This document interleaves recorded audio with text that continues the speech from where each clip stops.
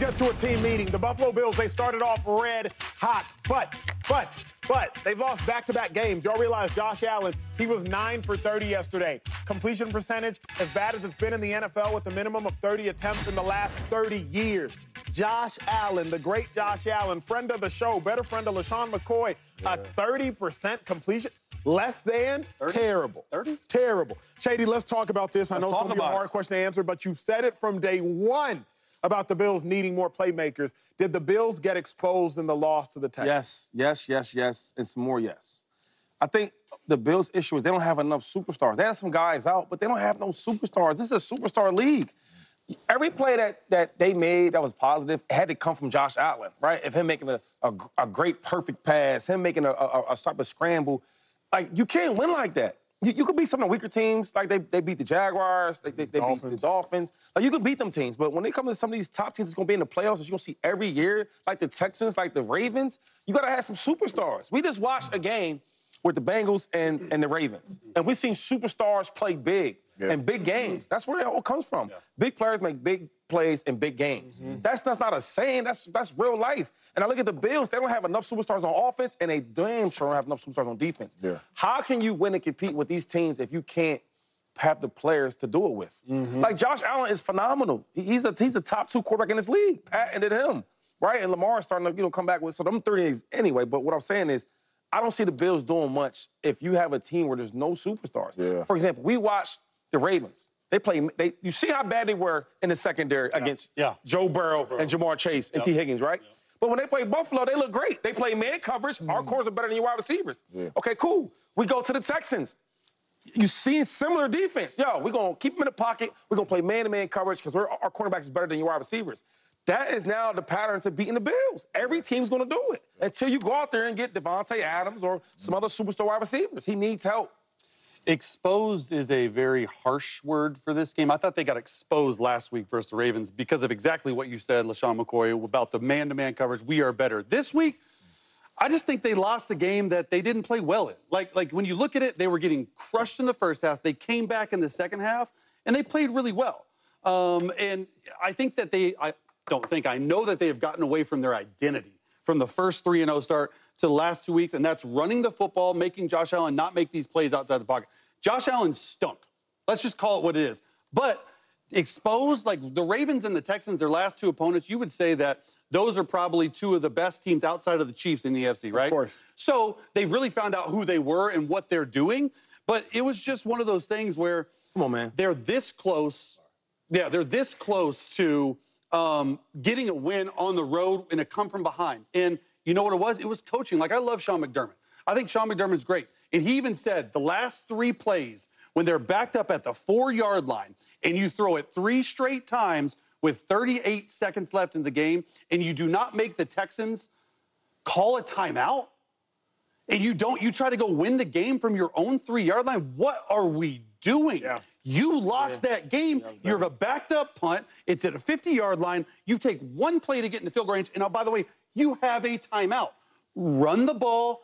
Run 3 straight times. Go to overtime. You are backed up. There's nothing good that can happen. The Bills are still a good team. They just got to get it together. Real quick. But if they had Stephon Diggs, would you still comfortable with them calls? From a pure strategy point, no. Okay. Like, I want you to run the football. I want you to punt it. Go to overtime. So you go to OT. The chances of a 98-yard game-winning drive. You don't need 98. You need a field goal. I know, but okay, so 68. Sorry. You know what I mean? I think it's real. Let's just play the numbers. Okay. Like, Josh Allen, he was concussed. If you really want to get into it, he blacked out onto the turf. He missed 2 plays. He came back into the game. You know what Josh did after his concussion? 0 for 9. Not concussion. He was 0 for 8. And you're still throwing the football when you know your quarterback's not right. That's the bigger issue to me. They did not get exposed because, I mean, you lost to a good team we think is going to be in the playoffs by 3 points, right? And I'm sure it's probably plays to where you say we could have played better. But you did get exposed to me, letting me know that you cannot win a championship like this. Josh Allen can get this team to the postseason. I do. I believe, however this season may play out, I think Josh Allen, whatever seed they may be, I think he can get this team to the postseason with no other help. But to win a championship in Buffalo, they need another guy. I watched 5 times to where it's one-on-one coverage and the wideout didn't make a play. I watched 3 times to where it's 3rd and 7, 3rd and 9, 3rd and 10. They run regular stop routes, and the receiver's stopping 2 yards short of the sticks. Come on, man. And then still not coming back to the ball to catch the ball. Get past the sticks so you can get the first down and come back to the ball. But it was strictly man-to-man coverage, and they did not win. If that is a Devontae Adams, I believe they win. If they have a Devontae Adams, I believe this team, especially offensively, and they are playing solid on the defensive side of the ball, I think this is a Super Bowl contending team. So they got exposed to me from that standpoint because when you start playing these good teams like you did the last 2 weeks, they are going to challenge you. And you need somebody on the outside that can win consistently, not one time, that can win 8 out of the 10 times and make plays. They don't have that right now. And then not only that, for Josh Allen to complete 9 passes out of 30. Out of 30. Like, you know, it's not even him. That 9 passes. But for me, watching him, every pass has to be perfect. Yeah. You know what I'm saying? You remember there was a moment in the game, and this is when I realized, I don't know if Josh really believes a bunch of guys will work.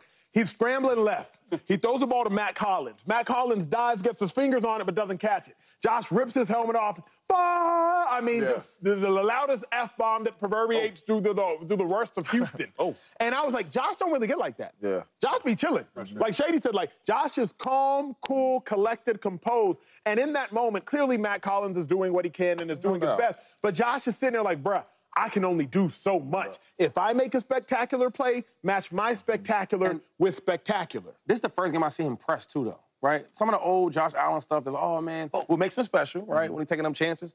He hasn't been doing that this year. He finally came to the point where, because if I don't make these plays, we're not going to make it. And now you see him trying to, he's scrambling, throwing the ball across his body to hopefully make a play. Another thing about some of these wide receivers, and I'm going to give Keon Coleman a pass because he's a rookie, right? You know, rookies is hard to do. Well. And eventually, I think he might emerge to the superstar. But right now, today, a lot of these guys wouldn't start on other teams. Of course not. No, that'd be number 2. A lot of these guys, I don't even know if they'd be number 2s. They haven't started on other teams. But time out, I don't even know if they'd be number 2s. Depending on the team, yeah. Trying to grow. So what I'm saying is, like, yo, how, this is what my only thing, I'm painting a picture to say this. You're giving me elite, top-tier quarterback, right? And you give me a wide receiver core that is not really that good, not really that experienced. Yeah. And you want me to take this team to the Super Bowl. To the Super Bowl. That's a really good point. Right? Let's pause real quick, because let's not even say other teams. Let's talk about the Texans. Matt Collins, who's the number 2 receiver yesterday for the Bills. None of them are number 2s on the tech. Number 3s. They might not even be 4. I don't think he'd be the 4. I mean, you know, depending on what match, they're pushing it. Exactly. I don't know if James Cook, is he starting over Mixon, if Mixon's there? No, but James Cook is good. He's good. No, he's of good. course. I'm just saying, like, the Texans is a competitor. Roster-wise. Roster-wise. You're like, thanks. Cook is nice, but I'm just saying, like, if Cook don't start over there, I don't know what they're going to do with Kincaid and Schultz.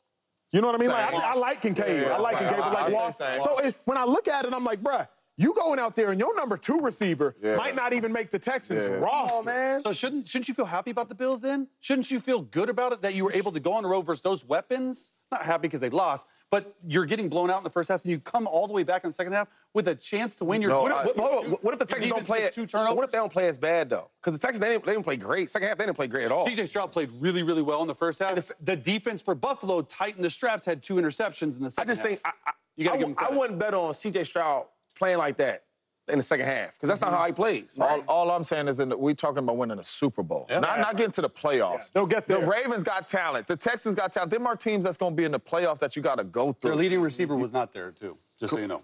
Shakir? Correct. And Shakir's cool. But Collins got hurt, too. Yep. You know what I mean? Right. That's the, After 120 in the first half. And then, you know what I'm saying? Before we go, we talking about offense. What about the defense? They cool on defense. I don't see nobody. I don't see nobody that's making splash plays like you got to. You know what I'm saying? They don't have really well in the second half. Pass rushers, none of that. Look, the show is about to crescendo after the commercial break. This is the most important topic we will discuss all day. Aaron Rodgers took another loss. Now they're at 2-3. Do we blame Aaron Rodgers for the loss? He's a superstar quarterback, but hasn't been giving us superstar performances. The most important conversation after the break. Y'all better not go anywhere. It's about to get as good as it can get. Let's get to a team meeting. The Buffalo Bills, they started off red hot, but they've lost back-to-back games. Y'all realize Josh Allen, he was 9 for 30 yesterday. Completion percentage as bad as it's been in the NFL with a minimum of 30 attempts in the last 30 years. Josh Allen, the great Josh Allen, friend of the show, better friend of LaShawn McCoy, a 30% completion, less than 30? terrible. 30?